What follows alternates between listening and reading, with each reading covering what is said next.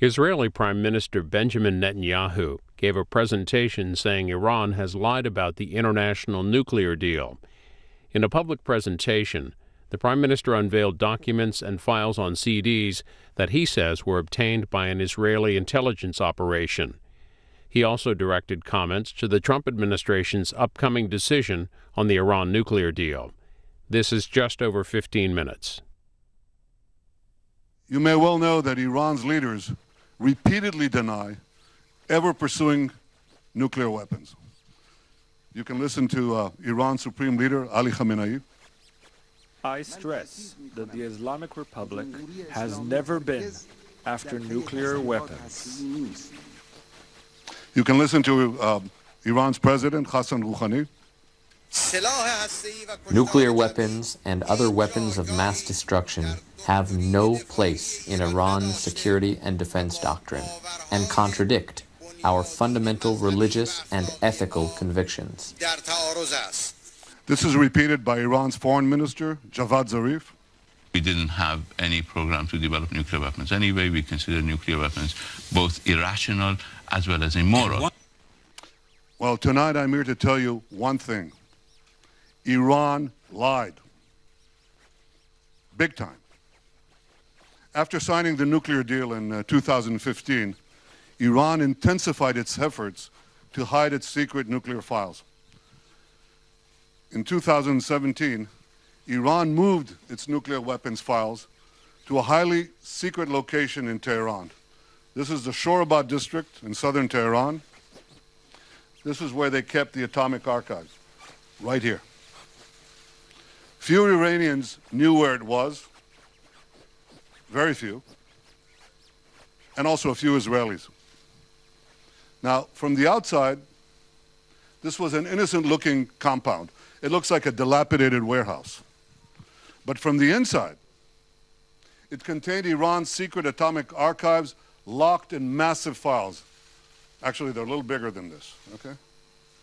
A few weeks ago, in a great intelligence achievement, Israel obtained half a ton of the material inside these vaults. And here's what we got.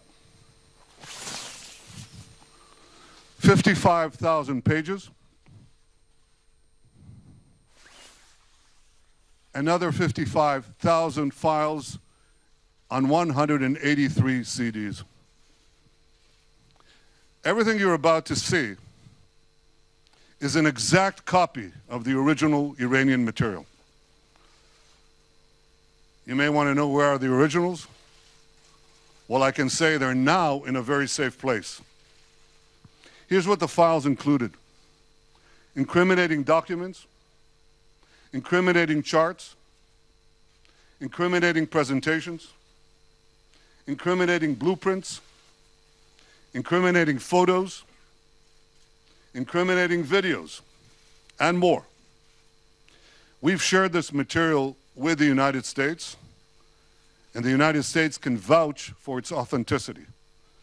We will also share it with other countries, and we'll share it with the International Atomic Energy Agency. So let me tell you the history of this material. We've known for years that Iran had a secret nuclear weapons program called Project Ahmad. We can now prove that Project Ahmad was a comprehensive program to design, build, and test nuclear weapons. We can also prove that Iran is secretly storing Project Ahmad material to use at a time of its choice to develop nuclear weapons. Here's what Project Ahmad's explicit goal was: creating nuclear weapons. This is an original Iranian presentation from these files. And here's the mission statement: design, produce, and test 5 warheads, each with 10 kiloton TNT yield, for integration on a missile. You don't have to read Farsi to see 10 kilotons here, TNT. This is the specific goal of Project Ahmad. That's like 5 Hiroshima bombs to be put on ballistic missiles. This is an original Iranian spreadsheet from the archives of Project Ahmad. Look at what it has here. Yellow cake production, centrifuge enrichment process, warhead project, simulation project, and test. And indeed, when we analyzed what's in these archives, we found that Project Ahmad had all the 5 elements, the 5 key elements of a nuclear weapons program. I want to take them one by one. First element is designing nuclear weapons. This is an original Iranian illustration of a weapon. Again, you don't have to read Farsi to understand this. This is U-235, that's enriched uranium, right here at the core. That's the only place where you find in the core enriched uranium. And here's an Iranian simulation, original Iranian simulation, putting all these components together. That's the first component. Second component, developing nuclear cores. Here's a photo showing the casting process and a cast metal core from the archives. And here's the secret underground facility the Iranians were building to produce nuclear cores. We have hundreds of documents for each of these components. Third component, building nuclear implosion systems. This is an original Iranian photo of a measuring device for implosions. And here's a simulation of a nuclear implosion. Fourth element, preparing nuclear tests. Here's a map of 5 potential locations for a nuclear test in eastern Iran. 1, 2, 3, 4, 5. We have many, many more such documents. And fifth, integrating nuclear weapons on missiles. Here's a design for a nuclear payload on a Shahab-3 missile from the archive. Here's the warhead. Here's the bomb. And I don't have to remind you, I think, that Iran is continually expanding the range of its ballistic missiles, its nuclear-capable missiles. They started with 1,000 kilometers. They're now up to 2,000, roughly. They can reach Riyadh, Tel Aviv, Moscow, but they're working on far, far greater ranges. They're planning much longer range missiles to carry nuclear weapons. So these files conclusively prove that Iran is brazenly lying when it says it never had a nuclear weapons program.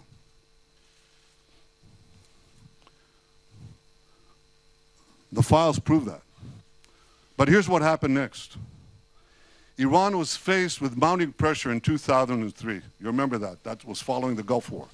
So it was forced to shelve Project Ahmad. But it didn't shelve its nuclear ambitions. So Iran devised a plan to do 2 things. First, to preserve the nuclear know-how from Project Ahmad. And second, to further develop its nuclear weapons-related capabilities. That plan came directly from Iran's top leadership. Here's another document from the archive. This is following the new directive of Iran's Minister of Defense, Mr. Shamkhani. Today is the director of the National Security Council. Following the new directive of Iran's Minister of Defense, the work would be split into 2 parts, covert and overt. A key part of the plan was to form new organizations to continue the work. This is how Dr. Mohsen Fakhrizadeh, head of Project Ahmad, put it. Remember that name, Fakhrizadeh. So here's his directive. It's right here. And he says, the general aim is to announce the closure of Project Ahmad, but then he adds, special activities, you know what that is, special activities will be carried out under the title of scientific know-how developments. And in fact, this is exactly what Iran proceeded to do. It continued this work in a series of organizations over the years. And today, in 2018, this work is carried out by Sapand. That's an organization inside Iran's defense ministry. And you will not be surprised to hear that Sapand is led by the same person who led Project Ahmad, Dr. Fakhrizadeh, and also, not coincidentally, many of Sapand's key personnel worked under Fakhrizadeh on Project Ahmad. So this atomic archive clearly shows that Iran planned at the highest levels to continue work related to nuclear weapons under different guises and using the same personnel. I want to give you another example of Iran's nuclear weapons-related activities that continued after Project Ahmad. You all remember the Fordow facility? Can you show that? Fordow uranium enrichment facility. This was a secret underground enrichment facility that the Iranians built under a mountain. You don't put thousands of centrifuges under a mountain to produce medical isotopes. You put them there for one reason: nuclear weapons, enrichment for nuclear weapons. But the files show that Fordow was designed from the get-go for nuclear weapons as part of Project Ahmad. Here's an original Iranian blueprint of Fordow. And what happened was that Iran continued to build Fordow years, secretly build it, years after Project Ahmad ended. Here's what it looks like. That's the entrance. It goes under a mountain.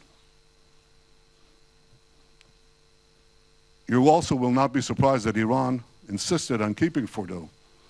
And amazingly, the nuclear deal enabled it to do it. It enabled it to do it, but this came with a hitch.